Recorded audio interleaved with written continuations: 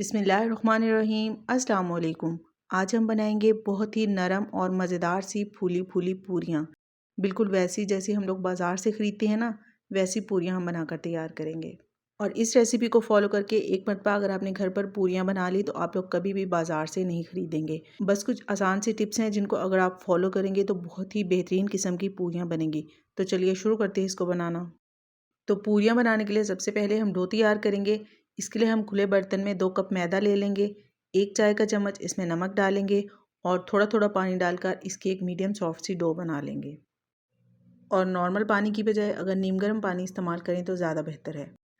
समोसा पट्टी और पूरी की डो बनाने का तरीका तकरीबन सेम ही होता है, लेकिन समोसा पट्टी जब हम बनाते हैं तो उसकी डो में हम घी ज़्यादा क्वांटिटी में डालते हैं, लेकिन जब पूरी की डो तैयार की जाती है तो इसमें घी बहुत ही कम क्वांटिटी में डाला जाता है। 1 चाय का चम्मच इसमें घी शामिल करेंगे और इसको हाथों की मदद से बहुत ही अच्छे तरीके से गूंद लेंगे। तकरीबन 7 से 8 मिनट तक आपने डो को बहुत ही अच्छे से गूंदना है।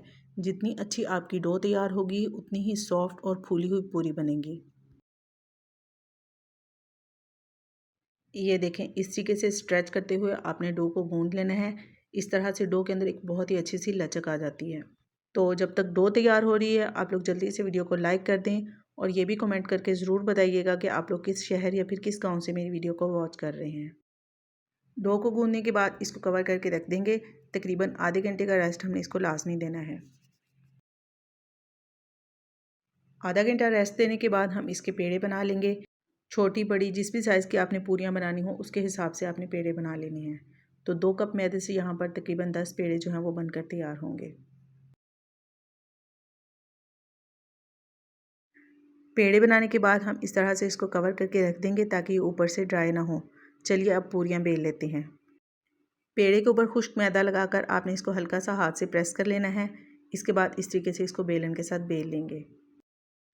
अच्छा, पूरी को आपने ना तो बहुत ज़्यादा पतला बेल लेना है और ना ही ज़्यादा मोटा रखना है, क्योंकि अगर ज़्यादा मोटा रखेंगे तो ज़ाहिर सी बात है वो अंदर से पकेगी नहीं। और अगर बहुत ज़्यादा पतला उसको बेल लेंगे तो वो सूख कर बिल्कुल पापड़ जैसी बन जाएगी, मतलब वो सॉफ्ट नहीं बनेगी। तो इस बात का आपने लाजमी ख्याल रखना है। पहले हम सारी पूरियाँ बेल कर तैयार कर लेंगे, इसके बाद हम इसको फ्राई करेंगे। और पूरियों को फ्राई करने के लिए जो सबसे अहम टिप है वो ये है कि आपने ऑयल को बहुत ही अच्छे से गर्म करना है, तभी आपकी पूरियाँ फूलेंगी। अगर आप ठंडे ऑयल में पूरी को डाल देंगे तो वो बिल्कुल भी नहीं फूलेगी और ना ही वो सॉफ्ट बनेंगी। और पूरी को ऑयल में डालने के बाद आपने उसको चम्मच के साथ ऊपर से हल्का हल्का प्रेस करते जाना है ताकि वो अच्छे से फूल जाए।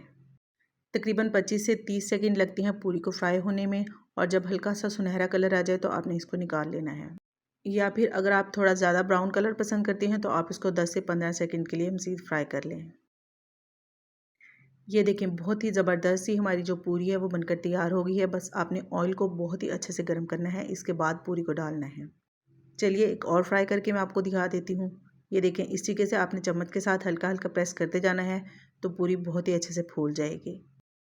और ऑयल में से निकालने के बाद आपने पूरियों को थोड़ी देर के लिए किसी टिश्यू पेपर वगैरह के ऊपर रख देना है ताकि जो एक्स्ट्रा ऑयल या फिर घी है वो उसके अंदर जज़ब हो जाए।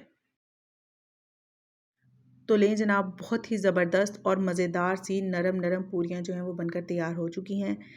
और इसके साथ मैंने हलवा भी बनाया था और साथ में चने का सालन भी था और अचार वगैरह भी। और बच्चों को बहुत ज़्यादा पसंद आई थी, उन्होंने बहुत खुश होकर खाई थी। तो ये थी मेरी आज की रेसिपी। आई होप आप लोगों को ये रेसिपी पसंद आई होगी।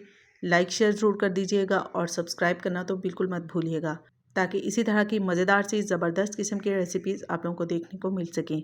तो फिर मिलते हैं इंशाल्लाह बहुत जल्द एक नई रेसिपी के साथ। अपना बहुत सारा ख्याल रखिएगा और मुझे दुआओं में ज़रूर याद रखिएगा। Thanks for watching. अल्लाह हाफिज़।